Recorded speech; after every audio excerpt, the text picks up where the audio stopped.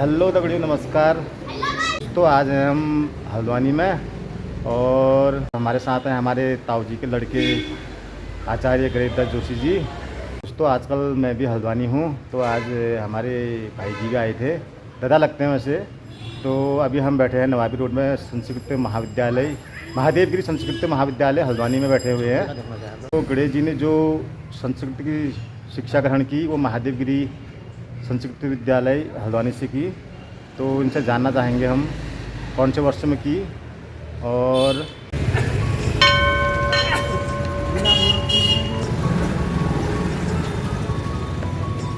वागर्थायु संप्रक्तो वागरथ प्रतिपत्तये जगतः पितरो वंदे पार्वती परमेश्वरो। तो साथियों, ये है महादेवगिरी संस्कृत महाविद्यालय नवाबी रोड में हल्द्वानी में। तो यहीं हमने अध्ययन किया था पूर्व मध्यमा से आचार्य तक। तो उन दिनों में बड़ा आनंद आता था। यहाँ पर हम कुमार संभव पढ़ते थे। तो आज भी मुझे कुछ कुमार संभव के श्लोक याद हैं जो यहाँ पर हमारे गुरुजी हमको पढ़ाते थे। अस्तित्रश्याम दिशि देवतात्मा हिमालयो नाम नगाधिराज पूर्वा परोतो ये निधि वगाह्य स्थितः पृथिव्याम यु मानदंड। ये कुमार संभव का श्लोक था। ये हम पढ़ते थे पूर्व मध्यमा प्रथम वर्ष यानी कि 9th में। तो उन दिनों यहाँ पर बड़ा शिष्टाचार चलता था। तो गुरुजी आते थे तो उनके चरण छुए जाते थे और धोती कुर्ता पहनते थे हम यहाँ पर विद्यालय में। और यहाँ पर जब हम अध्ययन करते थे तो घर से उतना खर्चा नहीं मिलता था। 2-4 विषय पढ़ने के बाद हम इधर उधर पूजा पाठ में जाते थे, तो वहाँ से अपना जेब खर्चा निकालते थे। फिर यहीं सामने मेरा एक कमरा था, वहाँ रहता था मैं और अपनी व्यवस्था करता था। फिर इधर उधर जाके पूजा पाठ करके 2010 तक मैंने यहाँ पर अध्ययन किया। उसके बाद फिर मैं यहाँ अध्ययन करने के बाद बागेश्वर चले गया। तो आज उन दिनों की याद आती है। जब भी मैं हल्द्वानी में आता हूँ तो एक बार ज़रूर अपने विद्यालय में आता हूँ। यहाँ पर भगवान को मत्था टेक करके पुरानी जो यादें हैं वो ज़रा ताज़ी हो जाती हैं। तो बड़ा विशेष आनंद था यहाँ का उस समय। उन दिनों में तो व्यवस्था नहीं थी यहाँ। आज तो हाईटेक स्कूल बढ़ गया अब तल देवल चौड़ में। तो जो बच्चे यहाँ बटी पढ़ी बहुत भल भल पोस्टन में छन। कोई प्रोफेसर छू, कोई लेक्चरर छन, कोई के छन। तो बड़ा आनंद उसी यहाँ स्कूल में वो कर मुझे उन दिनों का याद हूँ हमारे उन दिन ने का आज कि हाँ कस्सी बचपन दिन वो वापस अब नहीं आओ। तो बहुत ब्याह कर हम बहुत लौट बैठूँ इतनी दीवार में। तो फिर एक दो चर्चा परिचर्चा कर जगह जे विषय ज्ञान हो वो बतूँ बार में।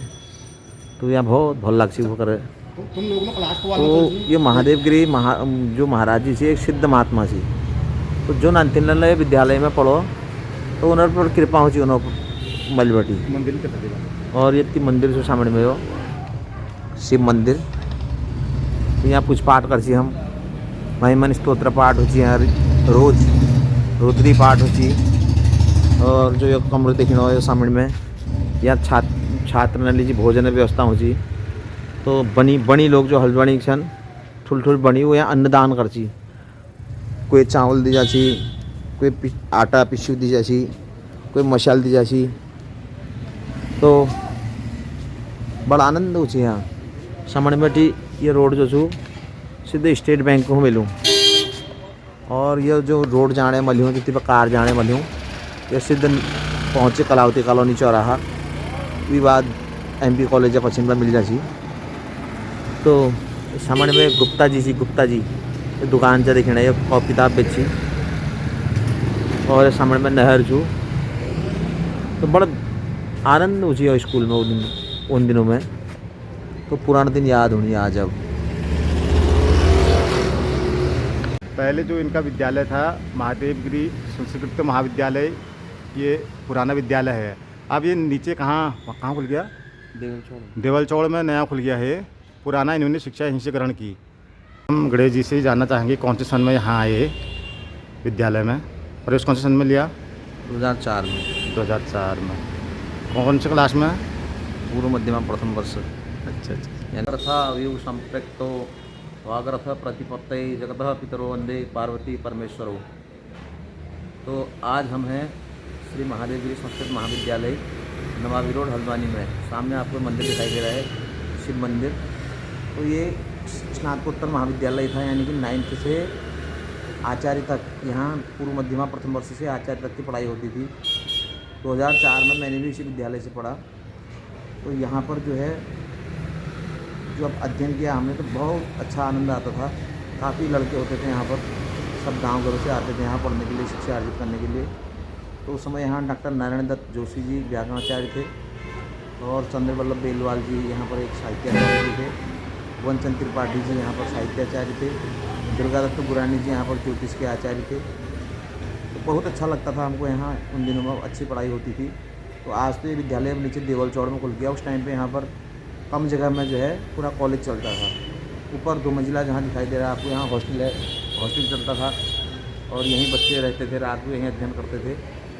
तो उन दिनों की याद आई तो आज हमने कहा चलो अपने पुराने विद्यालय को देख के आएँ। जब भी मैं यहाँ आता हूँ तो स्कूल में एक बार ज़रूर आता हूँ।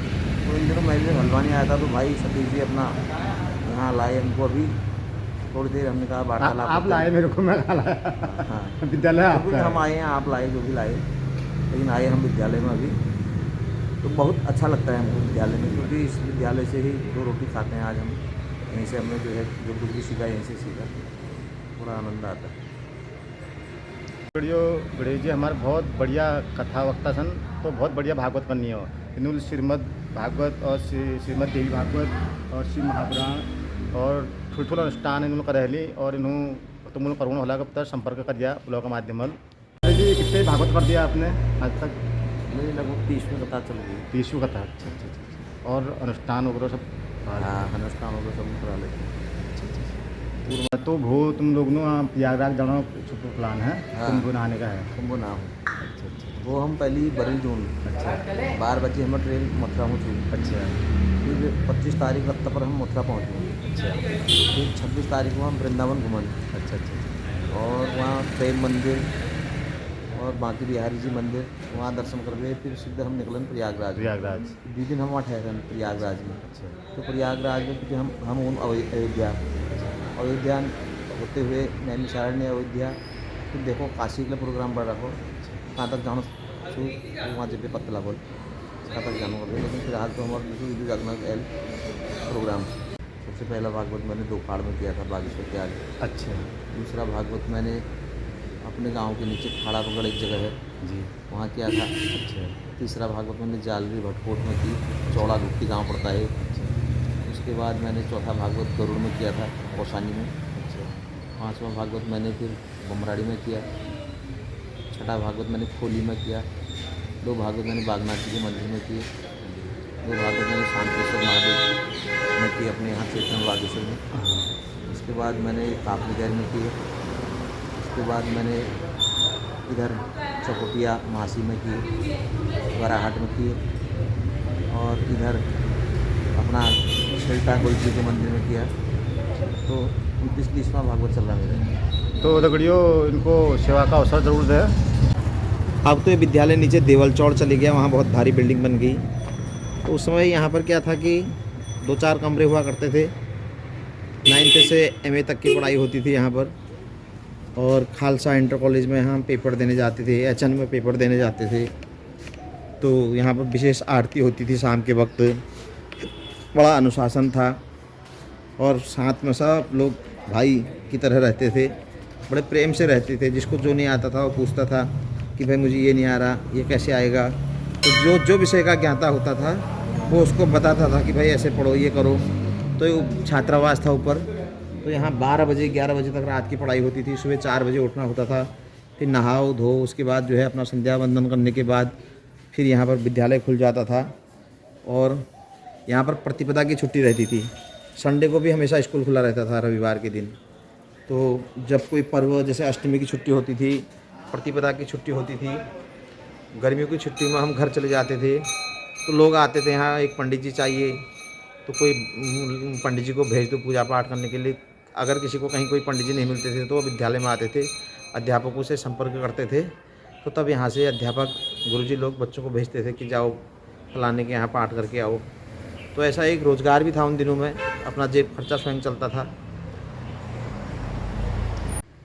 दोस्तों ये बात वही हम फिर मुखानी चौराहा में जो अति प्राचीन शिव मंदिर छू, फिर वही शिव मंदिर में और वहाँ के भगवान जी के दर्शन हमारे गणेश जी के कोई परिचित भी मिल गए थे मंदिर में, पंडित जी, और बहुत देर वहाँ बैठे रहे हम। दोस्तों त्योहारों पर इस मंदिर में काफ़ी भीड़ लगी रहती है। जय हो गुलजू महाराज की जय हो।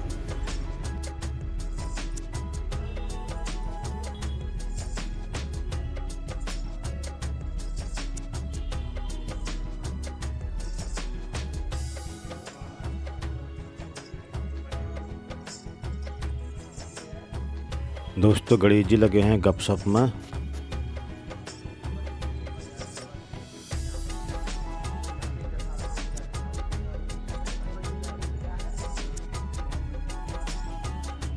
दोस्तों मुखानी चौराहे पर ही कुछ महीने पहले माँ नव दुर्गा मंदिर की स्थापना भी हुई है।